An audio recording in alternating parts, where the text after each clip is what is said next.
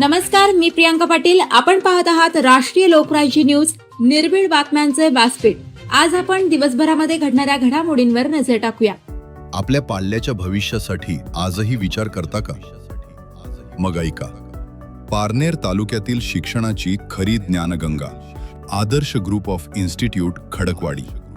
Doctor माननीय श्री ढोकळे सरांचे एकमेव आणि विश्वासार्ह शिक्षण संकुल.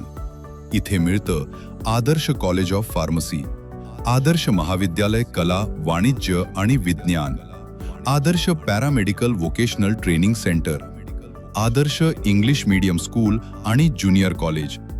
एकाच ठिकाणी संपूर्ण शिक्षण व्यवस्था, निसर्गरम्य वातावरण, सुसज्ज इमारती, मोठं खेळाचं मैदान, सुंदर गार्डन, अनुभवी आणि टॅलेंटेड शिक्षक आणि विद्यार्थ्यांसाठी घरपोच बस सुविधा.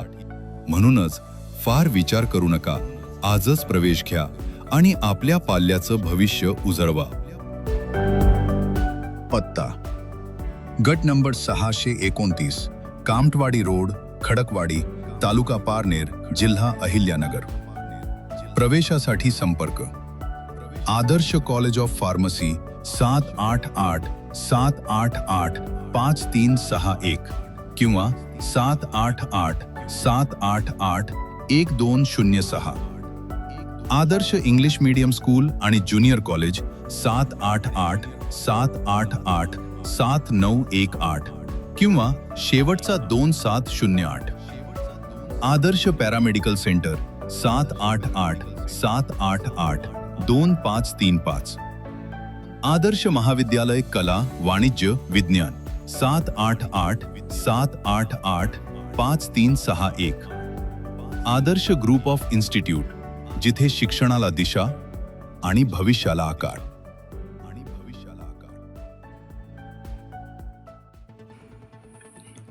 वडगाव पाणी येथील चिमुकलीवरील ऍसिड हल्ला अत्यंत दुर्दैवी. डॉक्टर जयश्रीताई थोरात.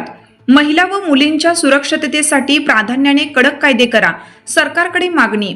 संगमनेर तालुक्यातील वडगाव पाणी येथील 13 वर्षाची मुलगी शाळा सुटल्यानंतर घरी जात असताना तिच्यावर अज्ञात इसमाने ऍसिड हल्ला केला.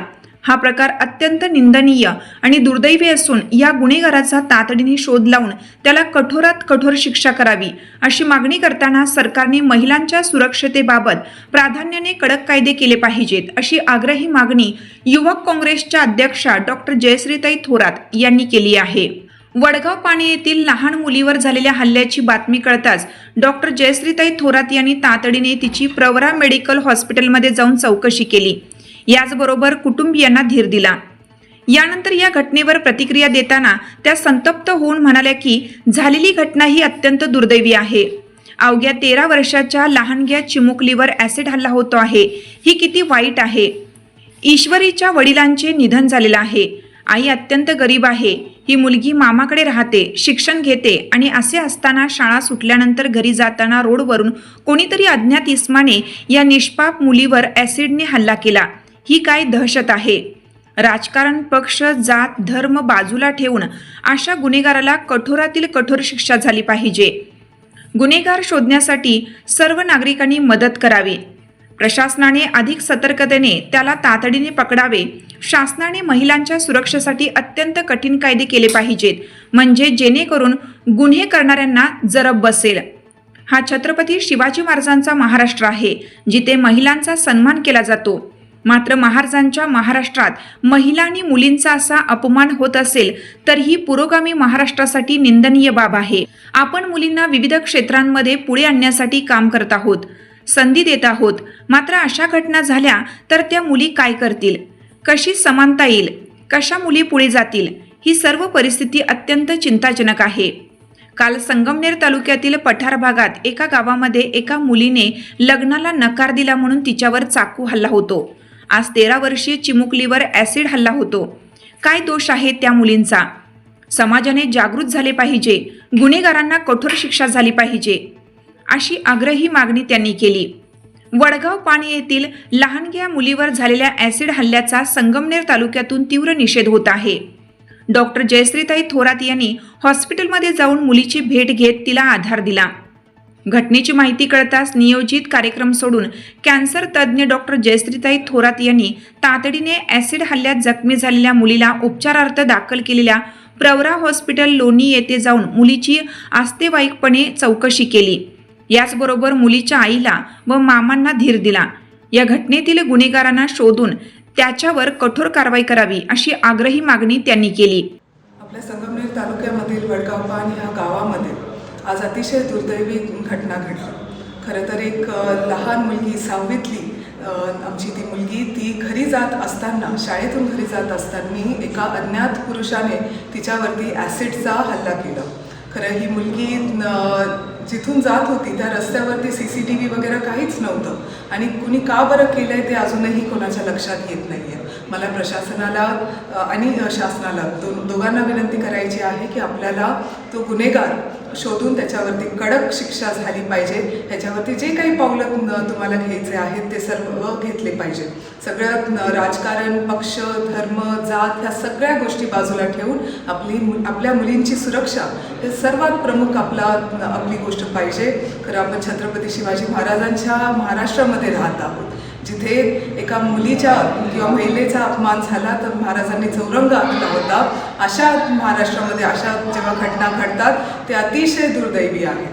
खरं तर कालसुद्धा एक दुर्दैवी घटना घडली की एक तरुणीने लग्नाला नकार दिला तर त्या मुलाने तिच्यावरती चाकूचा हमला केला.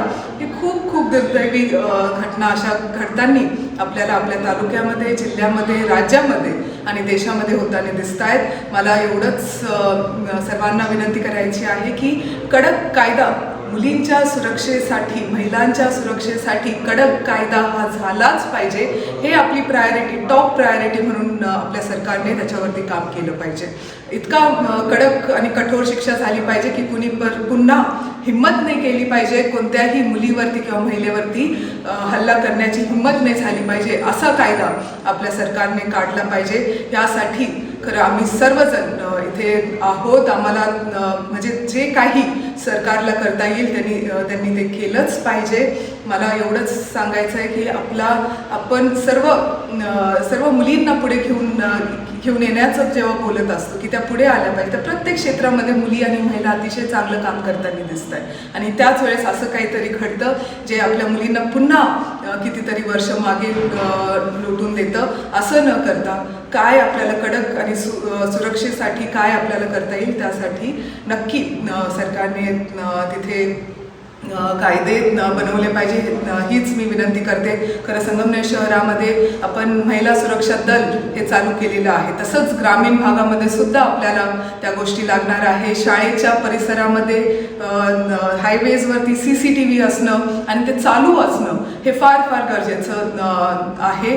ह्या काळामध्ये आपण सर्वजणांनी खरं ह्या परिवाराबरोबर, ही मुलगी अतिशय लहान 6वीतली 13 वर्षाची, तिला वडील नाही, आई अतिशय गरीब परिस्थितीमध्ये राहते, ती तिच्या मामांकडे शिक्षण घेत होती. असं असताना असं काहीतरी घडणं हे अतिशय दुर्दैवी आहे. मला पुन्हा एकदा प्रशासनाला, शासनाला एकच विनंती करायची आहे, आपल्या सरकारला एकच विनंती करायची आहे, तुम्ही कठोर शिक्षा आणि कडक कायदे ह्याच्यावरती काम आपण केलंच पाहिजे. राष्ट्रीय लोकराज्य न्यूज नेटवर्क संगमनेर. ताज्या बातम्यांसाठी आणि अपडेट्ससाठी राष्ट्रीय लोकराज्य न्यूज चॅनलला सबस्क्राईब करा, तसेच लाईक आणि शेअरही करा.